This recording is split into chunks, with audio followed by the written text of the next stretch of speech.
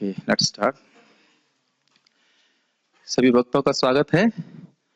उम्मीद है कि जूम पे भी आवाज ठीक ही आ रही होगी। हम लोग श्रीमद् भागवतम के प्रस्तावना को पढ़ रहे हैं, श्री चैतन्य महाप्रभु की संक्षिप्त जीवनी। फोटो में यहाँ पे सुखदेव गोस्वामी मतलब जूम पे दिखाई दे रहा है या नेट पे परीक्षित महाराज को बोल रहे हैं, लेकिन ये अलग दिखाने के लिए हम लोग भागवत ही पढ़ रहे हैं, प्रभुपाद जी का प्रथम स्कंद। तो भ्रमित हो जाएंगे, अरे अभी आप महाप्रभु की लीला पढ़ रहे थे, उसका फिर आप महाप्रभु की लीला पढ़ रहे हैं, ये कहने का अर्थ क्या होगा 8 बजे के बाद। महाप्रभु की संक्षिप्त जीवनी पढ़ रहे हैं हम लोग भागवतम से भी। उसके आगे हम लोग, आपको तिलक के बीच में कुछ लगाना नहीं चाहिए क्योंकि इसमें वो लक्ष्मी का निवास, लक्ष्मी निवास में कोई बात नहीं, मुझे दिख गया इसलिए बोल रहा हूँ, तो कोई दिक्कत नहीं। ठीक है, तो हम बात कर रहे थे महाप्रभु की संक्षिप्त जीवनी के बारे में। तो पढ़ते हैं, आप लोगों के पास टेक्स्ट होगा, टेक्स्ट यहाँ से शुरू करते हैं। रूप गोस्वामी जी को शिक्षा दे रहे हैं महाप्रभु। यहाँ पे अन्याभिलाषता शून्यम वाले श्लोक की व्याख्या हिंदी में की जा रही है। पेज क्रमांक 106 मिल गया सबको? महाप्रभु और फाइनल यस। और किसी को फोन? ठीक है। जय जय श्री चैतन्य जय नित्यानंद, जय अद्वैत चंद्र जय गौर भक्त वृंद, जय जय श्री चैतन्य जय नित्यानंद, जय अद्वैत चंद्र जय गौर भक्त वृंद। Let's start. शुद्ध भक्तिमय सेवा को इंद्रिय तृप्ति की समस्त इच्छाओं, सकाम महत्वाकांक्षाओं तथा अद्वैतवादी ज्ञान के संबंधन से मुक्त रखा जाना चाहिए। अन्याभिलाषिता शून्यम ज्ञान कर्माद्य अनावृतम। तो इसको थोड़ा अर्थ समझ लेना चाहिए। शुद्ध भक्तिमय सेवा को इंद्रिय तृप्ति की समस्त इच्छाओं, स्थूल या सूक्ष्म, क्रॉस या सटल, उन इच्छाओं से मुक्त रखना चाहिए। इसका अर्थ क्या है? इसका अर्थ यह है कि भगवान की प्रसन्नता के लिए तो कार्य कर रहा हूं, लेकिन बदले में हमें कुछ चाहिए अपनी सेंस ग्रेटिफिकेशन के लिए। इट कैन बी ग्रॉस और इट कैन बी सटल। मतलब ग्रॉस का मतलब हो गया स्थूल, स्थूल रूप से कुछ स्थूल हो गया स्त्री, धन और क्या है जन इत्यादि। और सूक्ष्म में क्या हो गया प्रतिष्ठा, पूजा, लाभ, सब इच्छाएं रखना। ये सब जो है ये इंद्रिय तृप्ति की इच्छाएं हैं, कृष्ण की सेवा से कोई मतलब नहीं है। तो भगवान की सेवा कर रहे हैं लेकिन बदले में कुछ चाहिए, तो भगवान से बिजनेस कर रहे हैं, ये चीज है। ठीक है। सकाम महत्वाकांक्षाओं का अर्थ भी यही हुआ, स्वर्ग जाने की इच्छा करना। ठीक है। और एक मिनट इसको बाहर कर दीजिए बस, अभी सफिशिएंट है, ये महक ना बहुत मुंह में भर रही है इसको। यस। तथा अद्वैतवादी ज्ञान आप जानते ही हो, इस ज्ञान में ये भावना की जाती है कि जीव भगवान से अभिन्न है पूरी तरह से। मतलब जीव भोला हुआ है कि वो भगवान है, और जब उसका अज्ञान नष्ट हो जाएगा तो वह समझ जाएगा कि भगवान है, वो भगवान है। तो इस प्रकार की ज्ञान के संवर्धन से हमको मुक्त करना चाहिए। कारण क्या है? क्योंकि ऐसी सेवा क्या नित्य सेवा है? श्रीनाथ जी प्रभु जी नहीं है ना। जैसे आप यहाँ पे भगवान के लिए खाना बना रहे हैं, तो क्या आप चाहते हो कि, आप नहीं चाहते, मैं खाली ऐसे बोल रहा हूं, क्या आप चाहते हैं भगवान बन जाए? नहीं। क्या अच्छा मान लो चाह लेंगे तो बन जाएंगे क्या? वो भी नहीं है कि नहीं? क्यों करना मित्रों? जगन्नाथ जी के लिए खाना बनाते हुए क्या आप जगन्नाथ बनना चाहते हैं? नहीं, हम जगन्नाथ जी के सेवक बनना चाहते हैं। और एक्चुअली एक बड़ी इंटरेस्टिंग बात है, जगन्नाथ बनने में बहुत टेंशन है। वैसे तो हम बन नहीं सकते, लेकिन हर व्यक्ति के पास टेंशन है, और आपके पास तभी आएगा जब आपकी उसकी टेंशन, आप जब उसके पास टेंशन हो, आप सोचेगा हाँ भगवान के पास जाऊंगा टेंशन से मुक्त करने के लिए। वैसे भगवान को टेंशन नहीं होती, मैं खाली बोल रहा हूँ, विनोद के लिए बोल रहा हूँ कि भगवान बनना बहुत, बन नहीं सकता है लेकिन भगवान बनना बहुत दायित्व वाला काम है। दास बनना बहुत अच्छा है क्योंकि सारा तो संरक्षण भगवान करते हैं। लेकिन और सबसे गंभीर बात यह है कि इस प्रकार की शुद्ध भक्ति जिसमें भगवान की सेवा के अलावा और कुछ नहीं इच्छा होती है, यह जीव को भगवान से भी अधिक सुख देने वाली होती है। क्या विश्वास करते हैं इस बात का? ये आप चैतन्य चरितामृत में, इसीलिए मुझे इसे पढ़ाने का बड़ा अच्छा करती है कि चैतन्य चरितामृत में एकदम स्पष्ट रूप से बताया गया है क्यों श्रीमन चैतन्य महाप्रभु भक्त के रूप में आए। भगवान की जो सुख है, भगवान तो सुख में है, लेकिन जो भगवान का सुख है उसका अधिक आस्वादन भक्त करते हैं। जैसे कोई व्यक्ति जो सुंदर दिखता है तो उसकी सुंदरता का अनुभव, सुख अन्य लोग अधिक लेते हैं, If somebody is beautiful, the pleasure of seeing him with his beauty is taken by others more than the person himself. Does it not? और ये चीज हम चैतन्य चरितामृत में बड़ा डिटेल में सीखने वाले हैं कि भगवान कृष्ण सोच रहे हैं कि क्या श्रीमती राधा रानी को सुख मिलता है मुझे देख करके, मेरी सेवा करके। तो बहुत ध्यान पूर्वक सुनिए, शुद्ध भक्तिमय सेवा का सुख भगवान भी चाहते हैं। फिर से रिपीट करूं, भगवान की शुद्ध भक्तिमय सेवा का, अपनी ही सेवा का सुख भगवान भी चाहते हैं। समझ में आ रहा है? अपनी सेवा का सुख भगवान ही चाहते हैं। अभी नहीं समझ में आ रहा है तो चैतन्य चरितामृत में भी पूरा पूरा समझ में आने का प्रयास, बहुत अद्भुत चीज लगती है। इसीलिए अपने भक्त के रूप में आते हैं और अपनी भक्ति का सुख का अनुभव करना चाहते हैं। Make sense? तो इस प्रकार की भावना से मुक्त रखना चाहिए। मनुष्य को समस्त उपाधियों से मुक्त होना चाहिए, और जब वह दिव्य शुद्धता को प्राप्त कर लेता है तब वह शुद्ध इंद्रियों द्वारा श्री भगवान की सेवा कर सकता है। इसका अर्थ समझते हैं क्या? उपाधि का अर्थ समझते हैं, कुछ भक्त ही समझ पाते होंगे। उपाधि का अर्थ है, जैसे उपाधि का मतलब है कि जो किसी वस्तु के स्वरूप को ढक रही हो। जैसे मैं सोच रहा हूं कि मैं ये शरीर हूं, तो ये स्थूल उपाधि है। शरीर भी हमारा उपाधि है कि नहीं? हमारे स्वरूप पर ढका हुआ है। फिर उसके अंदर एक अंदर कह लीजिए उससे सूक्ष्म उपाधि क्या है? हमारा मन है। तो ये सोचना कि मैं शरीर हूं या शरीर संबंधित वस्तुएं हैं, मैं मैनेजर हूं, ये सारी उपाधियां हैं। उपाधि समझ में आ रहा है? डेजिग्नेशन। ऐसे लोग देख रहे जैसे लग रहा है मैं कोई नया शब्द इस्तेमाल कर रहा हूं, ये कौन सी भाषा का शब्द है? उपाधि। उपाधि, डेजिग्नेशन, कवरिंग, सर्वोपाधि। कैसे समझा सकते हैं यादव दंपति प्रभु? उपाधि को कोई और तरीके से समझा सकते हैं? कोई डेफिनेशन उपाधि की और डेफिनेशन समझ में आ रही? उपाधि मतलब डेजिग्नेशन। भाई हम मान रहे हैं ना कि दीपक नाम है इनका, तो मान रहे हैं ना कि आप दीपक हैं। भाई पहली बात दीपक तो है नहीं हम लोग और उसके बाद नाम रख दिया जा रहा है दीपक दीपक दीपक दीपक। समझ रहे ना मेरी बात? एक आरोपण किया जा रहा है ना कि तुम लड़के हो, लड़के हो, लड़के, मतलब कहेंगे इसमें कौन सी बात है? लड़के तो हम हैं, लेकिन लड़का शब्द मान रहे हैं, पुरुष मान रहे हैं, स्त्री मान रहे हैं, यह सब एक उपाधि है। आत्मा ना तो पुरुष है ना स्त्री है। Does it make sense? क्या बातें सब समझ पा रहे हैं? तो ये सब, ये अमेरिकन हूं, इंडियन हूं, इस पे हमारे रणेंद्र प्रभु बड़ा मजाक कर रहे थे। कह रहे थे कि वो ऑस्ट्रेलिया में थे, वहां पे बांग्लादेश का आदमी वो टैक्सी चला रहा था, बहुत वो अहंकार में बोल रहा था, हम बांग्लादेश के हैं, बांग्लादेश बहुत अच्छा है, हमें बांग्लादेश देश से कोई दिक्कत नहीं है। तो रोहिणी प्रभु ने कहा कि भाई बांग्लादेश का अस्तित्व बांग्लादेश के रूप में, इसका कहने का मतलब है कोट एंड कोट, बांग्लादेश का अस्तित्व बांग्लादेश के रूप में कब आया? 1971। आपने देखा था? तो भवती तीर्थश्रमः मैंने सुना था, ठीक है, सही बात है। 1971 में, 1977 से पहले, 71 से पहले क्या था वो? पाकिस्तान, वेस्ट पाकिस्तान। तो उनसे पूछा भाई आप पाकिस्तानी थे क्या, पाकिस्तानी हो कि बांग्लादेश हुई हो? अब बस सोचना शुरू कर दिया। अच्छा उससे पहले क्या था? 1947 से पहले वो क्या था? इंडिया था, भारत। तो आप देख सकते हैं कि हम लोग उपाधियों से ग्रसित रहते हैं। देख सकते हैं ब्राह्मण, क्षत्रिय, वैश्य, शूद्र।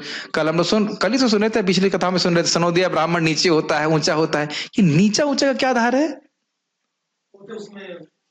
हाँ अब एग्जैक्टली अब पांडे जी बोल रहे हैं कि वो नीचा ऊंचा होता है, लेकिन आधार क्या है? कितना अमेजिंग है ना। अब अगर आधार ढूंढने जाए तो लगेगा ये तो कल्पना जैसा है। हो सकता है कि कोई जो निम्न वो व्यक्ति हो भक्ति में बहुत आगे बढ़ा हो, और तथाकथित ऊंचा जाति का व्यक्ति हो वह भक्ति में नीचे हो। एक इल्यूजन जैसा नहीं लगता आपको? ये है ही इल्यूजन।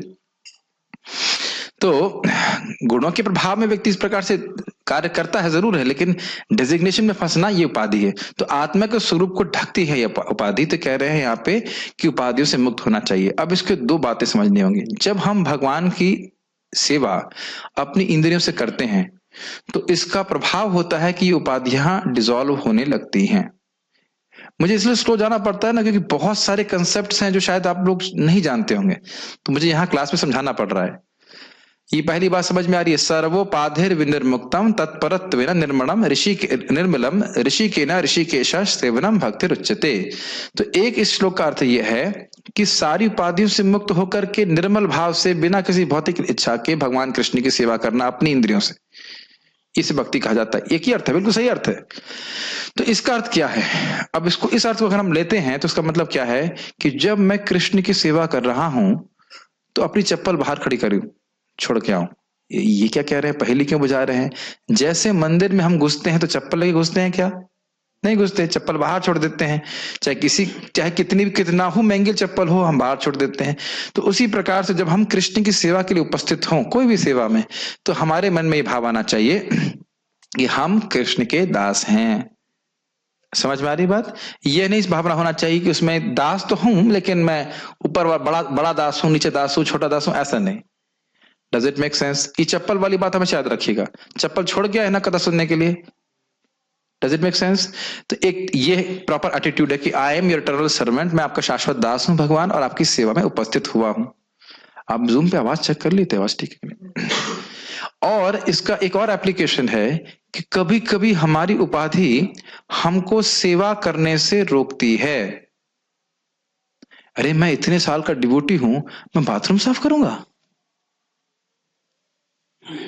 और मान लो अटैच टॉयलेट बाथरूम तुम्हारा खुद का होता तब कौन करता? खुद ही करते। सोचने वाली बात है ना। ये प्रकार की भावना है। प्रभुपाद जी देखिए ना, प्रभुपाद जी बड़ा शुद्ध भक्त कौन था, और उन्हें बिल्कुल उपाधि से मुक्त, मैं कृष्ण का सेवक हूं, ये जो श्लोक आए मेरे सामने, हिप्पियों तक को उन्हें भगवान का प्रसाद खिलाया। ये बात आप हल्के मत लीजिएगा, इस सारा झगड़ा उपाधि के चक्कर में है। चाइना भारतीय लड़ेंगे हम लोग, कितनी एनर्जी हमारी इसमें वेस्ट हो सकती, पाकिस्तानी हो सकती, नहीं हो रही है। सो ये उपाधि से मुक्त होना बहुत इंपॉर्टेंट है। एक बात तो समझ में। दूसरा अर्थ यह है कि जब भले ही हम उपाधि से ग्रसित हैं, भगवान की सेवा जब अपनी इंद्रियों से करते हैं तो ये उपाधि से हम मुक्त हो जाते हैं। दो अर्थ समझ रहे हैं। एक है कि उपाधि से मुक्त होकर, इस आइडेंटिफिकेशन से कि मैं शरीर हूं या भारतीय हूं, हिंदू, इससे मुक्त होकर के भगवान की सेवा निर्बल भाव से करे, ये तो ठीक है, ये तो भक्ति है। दूसरा भक्ति के प्रभाव का वर्णन करता है कि जब व्यक्ति इंद्रियों से भगवान की सेवा करता है तो उसी दिन से उसकी उपाधि नष्ट होना चालू हो जाती, उसका हृदय शुद्ध होने लगता है। तो दोनों अर्थ इस प्रकार से लेना चाहिए। देखिए प्रभुपाद बता रहे हैं, तब वह शुद्ध इंद्रियों द्वारा श्री भगवान की सेवा कर सकता है। आप देख सकते हैं इसका अर्थ क्या है। सुखम आत्यंतिकम यतद बुद्धि ग्राह्यम अतीन्द्रियम वेत्ति यत्र न चैवायम स्थितः चलति तत्वतः। भगवान कह रहे हैं कि अतीन्द्रियों से, शुद्ध इंद्रियों से, सुपर इंद्रियों से कहा जाए, व्यक्ति आध्यात्मिक सुख का अनुभव करता है, आत्यंतिक सुख जिसमें कोई दुख मिला नहीं होता है। पता नहीं, मुझे सब लोग ऐसे देख रहे जैसे लग रहा है मैं अरबी भाषा बोल रहा हूं। आत्यंतिक सुख समझते हैं? यू अंडरस्टैंड आत्यंतिक सुख? आत्यंतिक सुख means spiritual happiness which is not mixed with material happiness. जैसे यहाँ पे आप बहुत सारा खाना खा लीजिए तो बाद में खाना खाना, चलो ठीक है, खाना बनाने में बहुत मेहनत लगती है, बहुत खाना खाते फिर बाथरूम भी जाना पड़ता है, तो ये खाना खाने का सुख आत्यंतिक सुख तो नहीं हुआ। पार्थ प्रभु, आत्यंतिक सुख क्या होता है?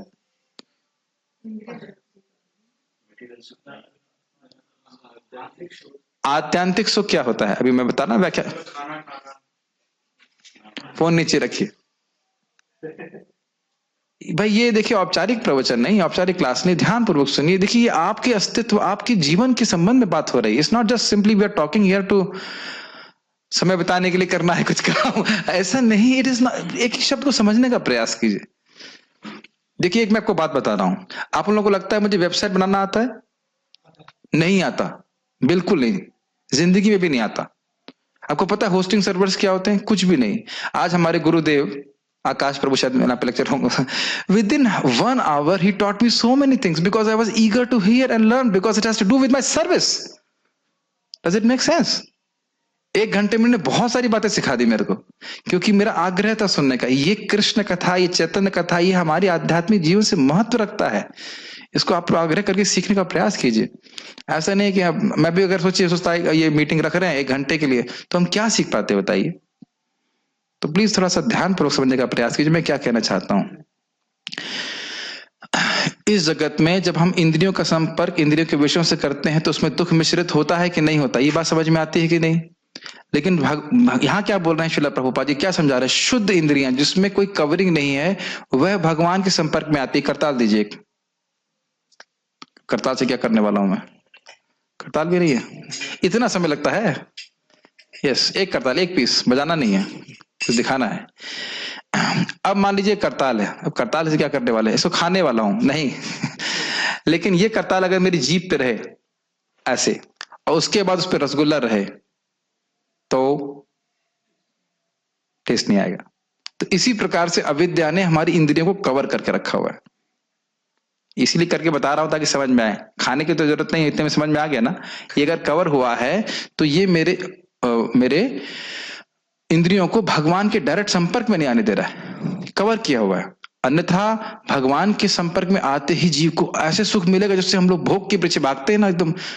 कभी भोग करते हुए नींद नहीं आती ना, किसी को थका रहता है फिर भी नींद नहीं आती, तो ये अविद्या के कारण हो रहा है। तो भगवान के भक्ति के संपर्क में जब आते हैं, हलादनी शक्ति के संपर्क में आते, धीरे धीरे करके ये जो कवरिंग है वो समाप्त होती है। अब जब कवरिंग समाप्त होगी तो फिर हम अनुभव कर पाएंगे। जैसे आप समझते हो करंट, प्लास्टिक, इस सभी जगह करंट, इसमें भी करंट जा रहा है लेकिन कवर उसमें पड़ा हुआ है, इसलिए हम उसका अनुभव नहीं कर पा रहे हैं। समझ रहे ना मेरी बात? तो ये जैसे जैसे ये कवरिंग समाप्त होगी उसके संपर्क का अनुभव हम कर पाएंगे। संपर्क में तो आ रहा है लेकिन कवरिंग की वजह से पूरी तरह संपर्क नहीं हो पा रहा है। जैसे पता नहीं मैं समझा पा रहा हूं कि नहीं, लेकिन जो प्लास्टिक का तार है, सॉरी जो वायर है कॉपर का जिसके ऊपर प्लास्टिक चढ़ी हुई है, वो एक उपाधि की तरह है। तो करंट प्रवाहित तो हो रहा है लेकिन उसके संपर्क में नहीं आ पा रहा है, हम उसका अनुभव नहीं कर पा रहे हैं। तो इसलिए बहुत गंभीरता से व्यक्ति को सोचना चाहिए कि मैं गंभीर रूप से भक्ति करूं और इस उपाधि से मुक्त हूं। अब ये बात ऐसा मत सोचिए कि किसी भक्त के संग हुई नहीं है। परम पूज्य सच्चिदानंद महाराज कीर्तन मेला में इस बात को बता रहे थे, सबके सामने कई हजार भक्त थे, कह रहे थे कि जब मैं जब करता था, वो जब करते थे तो सोचते थे कि जब मैं जब करना ही है तो मैं क्यों नहीं 2 घंटा अच्छे से जब करूं, इज इट नॉट? और ऐसा करते करते उनके हृदय में भगवान के प्रति sense of belongingness to Krishna आ गया कि मैं कृष्ण का हूं। ऐसा नहीं केवल थ्योरी की बात। तो उपाधि नष्ट हुई कि नहीं? अभी हम उपाधि से क्या सोच रहे हैं? मैं शरीर हूं और शरीर संबंधित वस्तुएं मेरी हैं। और अब वो क्या नष्ट हो रहा है कि कृष्ण मेरे हैं, मैं कृष्ण का हूं, मुझे कृष्ण की सेवा करनी चाहिए। तो ये केवल थ्योरी नहीं अपितु अनुभूति में। क्या आप समझ पा रहे हैं इस बात को? और ये आपकी हर सेवा में परिलक्षित होगा, चाहे आप कोई भी सेवा कर रहे हैं, कृष्ण का होकर कृष्ण के लिए कृष्ण का भजन करना, चाहे कोई भी सेवा करना, चाहे मंदिर मार्जन कर रहे हैं, चाहे कुछ भी। ये सब श्रीमद् भागवत में आग पढ़ने वाले, अगर हम लोग 11वें स्कंद तक पहुंच सके तो भगवान वहां पे कहते हैं कि व्यक्ति को मुझे अपने आप को मेरा दास मान करके सेवा करनी चाहिए, चाहे कुछ भी करे, झाड़ू मारे, चाहे भगवान का नाम जप करे, चाहे भगवान के बारे में बोले, चाहे श्रवण करे, चाहे कुछ भी। Does it make sense? अब मैंने कल जो महाराज से प्रश्न किया था उसको पहले बोल देता हूं तो आप लोग सोच के आश्चर्यचकित हो जाओगे, क्योंकि वह उसका उत्तर आप लोग शायद सब लोगों ने सुन नहीं पाए थे कि इसका संबंध इस श्लोक से, इस प्रपात की परपट से। मैंने महाराज से पूछा, आपने कल प्रवचन में बोला कि कोई व्यक्ति का स्नेह होता है तो भगवान को देता है, कोई दिक्कत नहीं, परफेक्ट। तो क्या व्यक्ति जो भगवान के लिए कीर्तन कर रहा है वह भी स्नेह है? आप हाँ या ना या हाँ या कुछ कह रहे हैं, लेकिन महाराज क्या है, स्नेह भी हो सकता है। आपने सुना है स्नेह भी हो सकता है और काम भी हो सकता है। कुछ लोगों ने अर्थ सुना था लेकिन बहुत सुंदर महाराज बात बोले। कुछ लोग कीर्तन जब भक्त कोई लीड कर रहा है तो पीछे से नहीं गाएंगे, और जब आगे से गाने के लिए बोला जाएगा तब वो गाएंगे, तो ये काम का ही प्रदर्शन है। बड़ा गंभीर बात बोल रहे। जैसे मैं कहूं कि भाई अब जैसे अगर महाराज प्रवचन बोल रहे हैं तो मैं महाराज के प्रवचन नहीं सुनूंगा। मैं खाली अपना प्रवचन जब बोलूंगा तब सुनूंगा। जब मुझे कथा कहने के लिए बोला जाएगा तो मैं करूंगा, और वैष्णव बोलेंगे तो हम नहीं सुनेंगे। नींद आना एक अलग बात है, बैठे तो है सुनने के लिए, लेकिन वो सुनना ही नहीं दूसरे की। Quite heavy, is it not? आपने देखा भी होगा, कभी कभी तो ये भी देखते हैं कि लोग कीर्तन कर रहा है, वो लीड कर रहा है, दूसरा व्यक्ति कीर्तन गाएगा नहीं, वो वेट करेगा जब मुझे गाने को मिले। जबकि वैकुंठ का क्या भाव है, भौरे गाते हैं तो चिड़िया चुप हो जाती है। क्या गा रहा है, सुने जरा कृष्ण के बारे में। तो आप देख सकते हैं कि भक्ति तो है, लेकिन भक्ति के पीछे क्या मोटिवेशन, ये बहुत इंपॉर्टेंट चीज होती है। Do I want to keep myself in the centre? क्या मैं अपने को केंद्र में रखना चाहता हूं या कृष्ण को केंद्र में रखना चाहता हूं? Make sense? अब देखिए, इस पर तो हम बहुत व्याख्या की जा सकती है, लेकिन ये जो बात यहाँ बोली जा रही है बहुत महत्वपूर्ण है, इसलिए हम इसको यहाँ पे फिलोसफिकल पॉइंट्स आ रहे हैं, इसलिए मैं थोड़ा अधिक एक्सप्लेन कर रहा हूँ। समझ पा रहे हैं उपाधियों से मुक्त होना? अब आप एक और बात समझिए, इसी उपाधि की वजह से हम बहुत मेहनत करते हैं, और ये उपाधि समाप्त हुई तो भी हम बहुत मेहनत करेंगे। क्या बोला आपने? उपाधि की वजह से मेहनत करते, समझ में आ रहा है? मैं इस व्यक्ति की पत्नी हूं, पति हूं, ये मेरे बच्चे हैं, ये है, मैं इस जगत का हूं, इसके लिए मेहनत करते ना। हर कर्म अपना करेंगे, है वतन तेरे लिए, गाते भी हैं, बोलते भी है कि नहीं? ये उपाधि है कि नहीं? आत्मा तो किसी वतन का है नहीं। ठीक, अब ये उपाधि नष्ट हो जाएगी तब भी आप बहुत मेहनत करोगे, मानते हैं? किसके लिए? कृष्ण के लिए। क्या? एक श्लोक शब्द आता है, अव्यर्थ कालत्वम, एक क्षण भी वह कृष्ण की सेवा से छोड़ करके नहीं बिताना चाहता है। तो लेकिन मेहनत का स्वरूप अलग हो जाएगा, उद्देश्य अलग हो जाएगा। सब मेरी बातें समझ में आ रही हैं? ऐसा नहीं उपाधि नष्ट होगी ओ कुछ नहीं करना है, ये बहुत बड़ा मिस्टेक होता है लोगों का। आध्यात्मिक जीवन मीन्स एक्टिव सर्विस। ठीक है, ठीक है, हम आगे बढ़ते हैं। बहुत सारी बातें आप कुछ कुछ पॉइंट्स आप समझ गए होंगे इसके। जब तक, यस प्रभु, माइक पे पूछिए अगर कुछ पूछना चाहते हैं। अच्छा, आप बहुत खतरनाक प्रश्न करते हैं, कल भी वो परसों प्रश्न किए थे, बड़ा खतरनाक प्रश्न था। यस प्रभु जी, आपने बोला कि इंद्रियों द्वारा मतलब हाँ। भगवान की सेवा करने के लिए तो शुद्ध हो जाएंगे, राइट? तो सेवा तो और भी तरीके से रहती है, जैसे कि कोई दान देता है एक्चुअली, वो भी सेवा करना चाहता है, तो इसका मतलब वो शुद्ध नहीं होगा, ऐसा नहीं। यज्ञ क्या है? वो यज्ञ दान तपह कर्मा पावनानी मनीषिणाम। यज्ञ दान तपस्या ये तो मनुष्यों को भी पवित्र करने वाली है। तो दान भी देखिए, पहली बात, दान कहां से दिया? उसने इंद्रियों से कुछ कार्य किया तब तो धन आया। तो वो धन भी तो भगवान की सेवा में लग रहा है। कोई कुछ करने वाला, उसकी सहायता करने वाला और प्रेरणा देने वाले को बराबर लाभ मिलता है। भक्तों के, वैष्णवों को प्रसाद खिलाना सेवा है कि नहीं? करना मत प्रभु, आप कितना पैसा लेके आए आज की सब्जी के लिए? एक भी रुपया नहीं लेके आए। तो दोनों ही लोग जरूरी है। किसी ने धन दिया तो सब्जी आई, किसी, हाँ, यहां तक किसी किसान ने उगाया उसको भी लाभ प्राप्त होगा, यहां तक कि उस पेड़ को भी लाभ प्राप्त होगा, सब जानते हैं। लेकिन भक्ति वो कर रहा है जो इस उद्देश्य से कि मैं कृष्ण का दास हूं, अन्य वैष्णवों को मैं संतुष्ट करने के लिए, भगवान संत को संतुष्ट करने के लिए दान दूं। अब अगर कोई इस तरह से कर रहा है, या आ गए भुखमंगे भुक्के लोग, चलो मैं कुछ दे देता हूं ऐसे करके, तो ये भक्ति नहीं है। भक्ति मतलब कृष्ण और वैष्णव, कृष्ण कृष्ण कृष्ण के संबंधित वस्तु व्यक्तियों के अनुकूल होकर के सेवा करना, वो सही भक्ति है।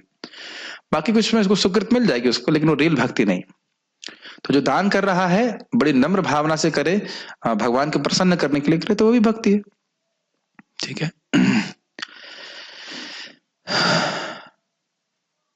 जैसे नित्यानंद, देखिए क्या है कि महाप्रभु की लीला पता हो तो बहुत आसानी से उत्तर दिया जा सकता है। नित्यानंद प्रभु ने श्रीला रघुनाथ दास गोस्वामी को क्या कहा? ए चोर, इधर आओ। और उसके बाद तुम्हें आज दंड मिलेगा, तुम मेरी संपत्ति चुराना चाहते हो।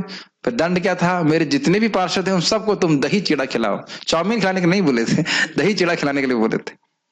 तो जब नित्यानंद प्रभु के सारे पार्षद प्रसन्न हुए, उसके बाद भी वह उनको कुछ बड़ी नम्रता से, रघुनाथ दास गोस्वामी नित्यानंद प्रभु के उसे नहीं बोलते हैं, उनका ट्रेजरर को बोलते हैं कि इन भक्तों का नाम रख करके कि इनको इतना स्वर्ण मुद्रा दे दीजिएगा, इतना इतना स्वर्ण मुद्रा दे दीजिएगा।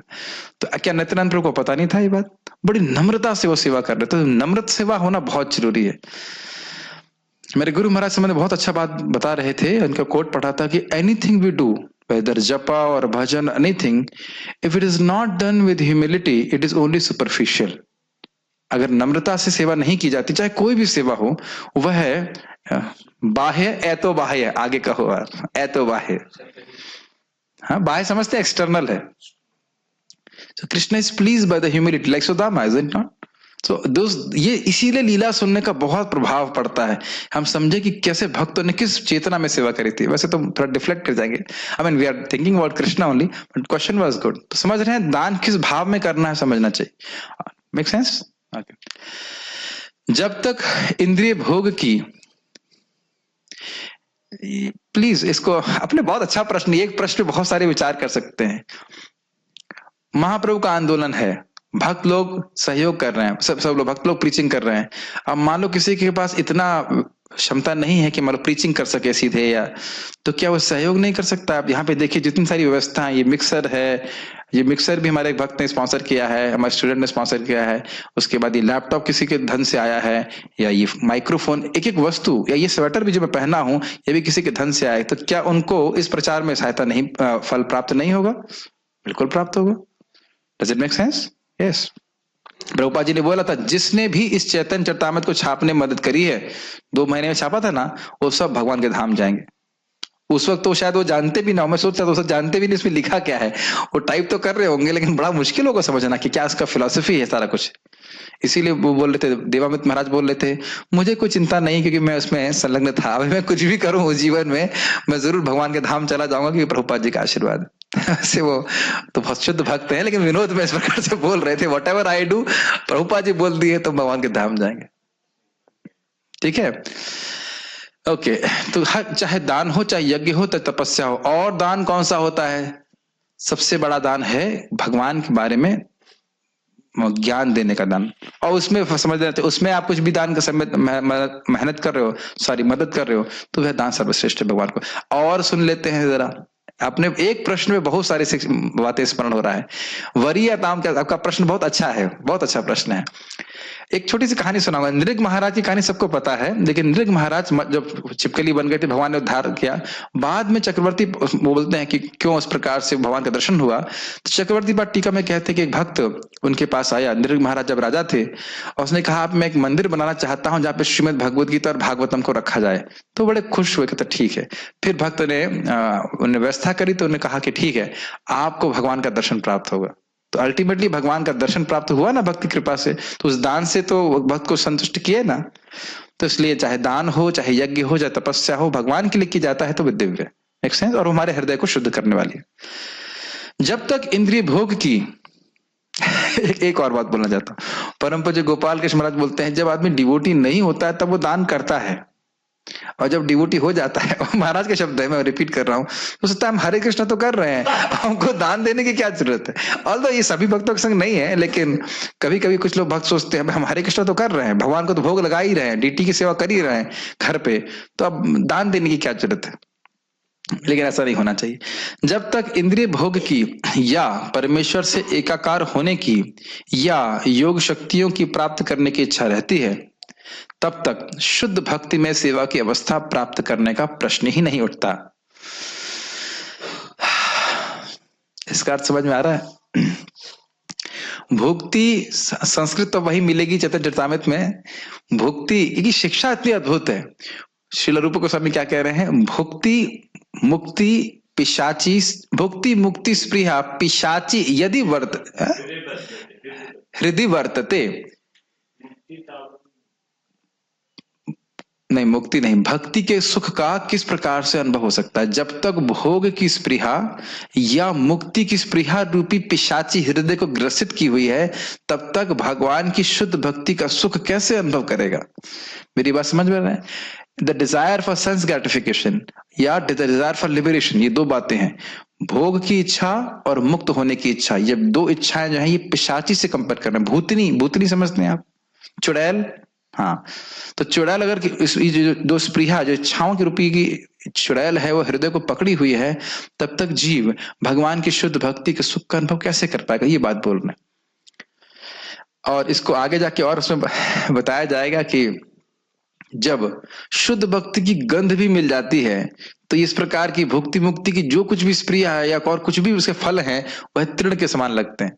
मैं पहले भी व्याख्या कर चुका हूं इसी, इसको मांगे पढ़ाएंगे। ये सब फिलॉसफी सब श्रील रूप गोस्वामी बात को बताएगी। आप सोच रहे हैं, आप समझिए कि ये कितना अद्भुत बातें हम भगवान महाप्रभु ने चाहा तो हम पढ़ेंगे चैतन्य चरितामृत में।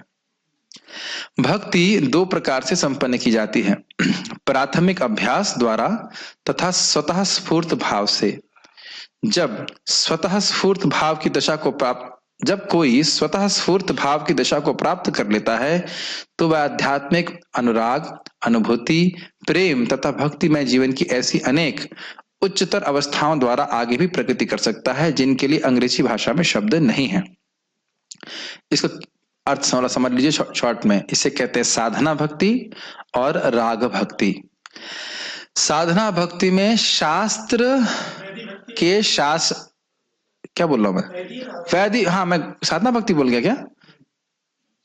हाँ हाँ, मैं थोड़ा गलत बोल गया। साधना भक्ति के दो भाग हुए, वैधि भक्ति और राग भक्ति। तो ये देखिए, मैं सोच रहा हूँ वैधि भक्ति, मुंह से निकल रहा है साधना भक्ति, बीच में कौन क्या कर रहा है? कृष्ण कर रहे हैं कि नहीं? जो ये बोल रहे हैं वही सोच रहा हूं मन में, लेकिन मुंह से कुछ और निकल रहा है। तो वैधि भक्ति और राग भक्ति, ये हो गई साधना भक्ति। तो वैधि भक्ति में केवल शास्त्र के शासन से ही, शास्त्र शासन एवं, शास्त्र के शासन से ही व्यक्ति भक्ति करता है। मंगल आरती जाना है, जप करना है, उसको अच्छा नहीं लगता। जैसे बुखार में भूख नहीं लगती है, लेकिन डॉक्टर की आज्ञा से व्यक्ति खाता है, लेकिन आप जानते हो कि धीरे धीरे करके भूख लगना चालू हो जाती है, क्योंकि जैसे जैसे उसकी क्रमशः बीमारी ठीक हो जाती है। और उसके बाद क्या होता है? वो झगड़ा भी कर सकता है। यही मेरा कहने का मतलब है, उसकी रुचि जागृत हो जाती है, और लाओ और खिलाओ, ऐसे करके। उसी प्रकार से शास्त्र के शासन से ही जब भक्ति की जाती है तो उसे वैधि भक्ति कहते हैं। विधि, ये करना चाहिए। श्रोतव्य कीर्तितव्यश्च ध्येय पूजश्च नित्यता, सुनना चाहिए। चाहिए का मतलब क्या हुआ? आज्ञा दी जा रही है। कीर्तन करना चाहिए, स्मरण करना चाहिए। तो जब बोल रहा है मैं करना चाहिए, यू शुड डू, इसका मतलब है कि वहां पे कोई आज्ञा है। वो करना नहीं चाहता लेकिन उसे करना चाहिए। क्या मेरी बातें आप सब लोग समझ पा रहे हो? जैसे मैं सिंपल बोलता हूँ ना, मैं आप लोगों को बोलता हूँ कि आप लोगों को जब करना चाहिए, मुझे नहीं करना चाहिए, ऐसा बोलता हूँ? नहीं, हम सभी को जब करना चाहिए। क्यों करना चाहिए? क्योंकि ये शास्त्र किया गया है, इसके द्वारा हमारी भक्ति में प्रगति होती है। अब ऐसी स्थिति आ जाए कि जब करने के बिना रहा ही ना जाए, तब कहां स्थिति हो गई? तब भी हम शास्त्र की बात को ही पालन कर रहे हैं, लेकिन अब इसमें टेस्ट आ गया। क्या बात समझ रहे हैं? और आपको फिर वो बात हमेशा याद रखिए, बुखार जब होता है और टेस्ट नहीं आता है तो हमें लगता है टेस्ट कभी नहीं आएगा, बड़ी चिंता होती है। मुझे भी हो चुका है, इसलिए मैं बता रहा हूं। आपको याद है मैं बोल रहा था कि प्रभु जी क्या हो गया, आज कुछ टेस्ट ही नहीं आ रहा है, क्या बात है? कई दिन तक, और कब टेस्ट आने लग गया पता ही नहीं चला, लेकिन खाने से आया। ऐसा नहीं कि खाना छोड़ देंगे तो हम ठीक हो जाएंगे। मेरी बातें समझ रहे हैं? हम सिंपल उदाहरण से बता रहे हैं। तो ऐसे ही बार बार हरे कृष्णा कृष्ण कृष्ण हरे हरे, हरे राम राम राम हरे हरे, और उस पर भगवान का दर्शन करता रहेगा तो अब उसमें टेस्ट आने लगेगा। भगवान के विग्रह को देखेगा तो कितने सुंदर है, अरे ये कितना सुंदर है, अतृप्त रहेगा वो। गौर निताय को देख लिया, अरे कृष्ण बलराम को तो देख ही नहीं पाया। कृष्ण बलराम को देख रहा, अरे राधा श्याम सुंदर को तो देख ही नहीं पाया। आप समझ रहे हैं टेस्ट? जैसे आप प्रसादम पाते हो ना कि एक चीज से पेट भर गया, उतने में अरे ये तो खा ही नहीं पाया, ऐसा रहता है कि नहीं? यही चीज हम हाईएस्ट गोपियों में भी देखते हैं। अरे हम तो कृष्ण के कुंडल को देखने में फंस गए, उसके चेहरे को, उनको चेहरे को तो देख ही नहीं पाए। इतना आकर्षण है, वो एक एक अंग में इतने सुख है कि दूसरे अंग को हमेशा अतृप्त ही रहते हैं। हम कान को ही नहीं देख पाए, और नासिका को कैसे देखेंगे और आंख को कैसे देखेंगे?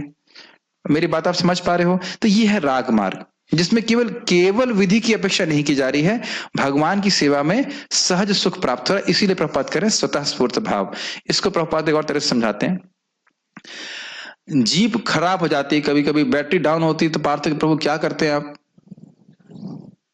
चार्ज करते हैं। पीताम्बर प्रभु ने बताया, पीताम्बर प्रभु का नाम पार्थ कृष्णदास। तो पार्थ प्रभु जब जीप की कभी कभी बैटरी डाउन हो जाती है तो क्या करते हैं चलाने के लिए? बताओ। धक्का मारते हैं। यस। तो क्या जीप हमेशा धक्का मार के चलती है? क्या हम ये उम्मीद करते हैं कि जिंदगी भर जीप हम धक्का मार के चलाएंगे? मनोज सर, आप जो गाड़ी चलाते हैं, चलाते थे, कभी कभी गाड़ी डाउन हो जाती थी ना, तो थोड़ा धक्का मारते थे, फिर क्या होता था? स्टार्ट हो जाती थी, उसके बाद भी धक्का मारते थे। हाँ, फिर तो गाड़ी भागती थी अपने आप। तो ये चीज है, अभी हमें धक्का मारना पड़ता है। और कभी कभी एक गाड़ी मतलब हैवी गाड़ी है और अकेले से धक्का नहीं लगे तो 5-6 लोग लगते हैं। समझ में आया? तो आप अकेले रहोगे तो आपकी गाड़ी का धक्का आप नहीं मार पाएंगे, लेकिन जब बहुत सारे भक्त रहते तो धक्का लगता है जोर से, है कि नहीं? समझ रहे हैं मेरी बात? जैसे आप देखिए, यहाँ पे क्लास में आने में धक्का लगाना पड़ता है कि नहीं? अपने आप को बहुत ज्यादा लगाना पड़ता है। यस। लेकिन भक्त हैं तो हम 1 घंटा रोज या 1.5 घंटा रोज सुन पा रहे हैं, और नहीं तो अब अकेले धक्का लगाएंगे, गाड़ी हिलेगी नहीं, सुन बैठ जाएंगे। तो मैं इतने सारे एग्जाम्पल क्यों दे रहा हूं? ताकि बात समझ में आ जाए। थोड़ा धक्का लगाना पड़ता है, लेकिन आगे जाकर फिर अपने आप गाड़ी चलती है, अपने आप अच्छा लगता है। और क्या उदाहरण है? एक उदाहरण और बता रहे थे, महाराज बता रहे थे, मुझे पता नहीं उदाहरण कैसे कहां से लिए, लेकिन उदाहरण बता रहे थे कि जो बच्चा माँ के दूध पे रहता है वह अन्न नहीं खा पाता है, तो लेकिन धीरे धीरे करके उसका अन्न छुड़ाया जाता है, तो उसको अन्न की आदत इतनी पड़ जाती है कि माँ को बोलता है, माँ ये बनाओ, आज ये बनाओ, आज ये बनाओ। एग्जाम्पल दिया था एक स्वतः स्फूर्त भाव से। एक एग्जाम्पल और दिया था कि शुरुआत में मान लो किसी को गणित अच्छा नहीं लगता है, लेकिन उसको समझ में नहीं आता था क्या है, पढ़ते पढ़ते वो सो जाता है ना, अनुभव होगा इस प्रकार से, कहाँ फंस गया मैं। लेकिन एक बार उसको रुचि आने लग जाती है तो फिर वो खुद से पढ़ता रहता है, पेपर सॉल्व करता रहता है, या फिर वो संस्कृत पढ़ रहा है तो आगे संस्कृत में काव्य पढ़ने लगता है, बहुत सारी बातें पढ़ने लगता है। शुरुआत में कठिन लगता है कि नहीं, इस प्रकार से समझ लेना चाहिए कि व्यक्ति को। हाँ, लेकिन राग मार्ग में तभी आएंगे जब धक्का लगेगा। मतलब जब तक हम विधि विधानों का पालन नहीं करते तब तक राग मार्ग में अपने आप आ जाए, यह सब भूल जाइए, ऐसा नहीं हो सकता। महाप्रभु की कृपा, भगवान कृष्ण की कृपा या गुरु महाराज की कोई कृपा किसी विशेष पे हो जाए वो एक अलग बात है, उसकी व्याख्या हम नहीं कर रहे हैं। आपको याद आ रहा होगा तो महाराज समझाए थे, किसी व्यक्ति पर गुरु की कृपा अकस्मात हो जाए उसकी व्याख्या नहीं की जा रही है।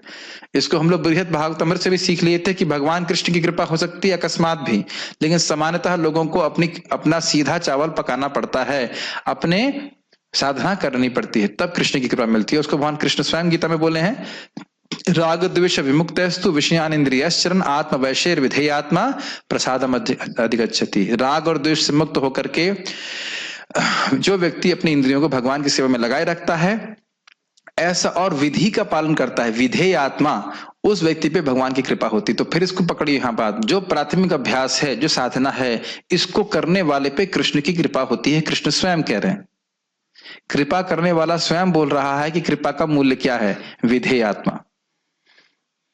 मेरी बातें आप समझ पा रहे हैं? सुबह उठना, मंगल आरती करना, जप करना, इस विधि का पालन हमने स्वयं करना है और उसके द्वारा कृष्ण की कृपा प्राप्त होगी। कृष्ण की कृपा से क्या होगा? कृष्ण की कृपा का मूल बात है भगवान के प्रति स्वतः स्फूर्त आकर्षण। Make sense? महाराज समझा रहे थे क्या कि आसक्ति के स्तर पे ही ये एक व्यसन बन जाता है, व्यक्ति उसको छोड़ नहीं पाता। व्यसन समझते हैं? व्यसन शब्द का अर्थ व्यसन, लत लग जाती है कृष्ण कथा को बोलना, कृष्ण कथा को श्रवण करना इत्यादि। ठीक, उद्धव द्वारकाधीश प्रभु, गुड। और उसमें भी जब है भाव और भाव के बाद प्रेम और प्रेम के बाद भी और बहुत सारे लेवल्स हैं, जैसे यहाँ पर बता रहे हैं राग, अनुराग और इत्यादि। उसका कोई इंग्लिश शब्द नहीं है, उसकी व्याख्या भी आप चैतन्य चरितामृत में पढ़ेंगे। तो प्रेम तो लक्षण मानते हैं, प्रेम तो लक्ष्य मानते हैं, लेकिन प्रेम के ऊपर भी और स्थितियां होती हैं जिसका वर्णन चैतन्य चरितामृत में है। हमने भक्ति के विज्ञान को श्री रूप गोस्वामी कृत भक्ति रसामृत सिंधु के प्रमाण पर आधारित अपनी पुस्तक द नेक्टर ऑफ डिवोशन में बताने का प्रयत्न किया है। यहां रुक जाते हैं, उसके बाद प्रभुपाद क्या बोल रहे हैं 5 अवस्थाओं के बारे में, उसकी हम चर्चा आगे करेंगे। अभी हम लोग फिर चैतन्य चरितामृत का शुरू करते हैं। किसी का प्रश्न है तो मैं देख सकता हूं। Any questions up till here? Clear नहीं आ रही है। ये उपाधियां के नष्ट कैसे होंगी, इसकी व्याख्या तो हम लोग कर ही रहे थे, भगवान की भक्ति करके। जब भगवान की भक्ति करते हैं तो भक्ति के प्रभाव से अपने आप ही वह हो जाता है नष्ट। Okay, so no more questions, then we'll discuss now Chaitanya Charitamrita. So those devotees who can have some other services to do, they can continue.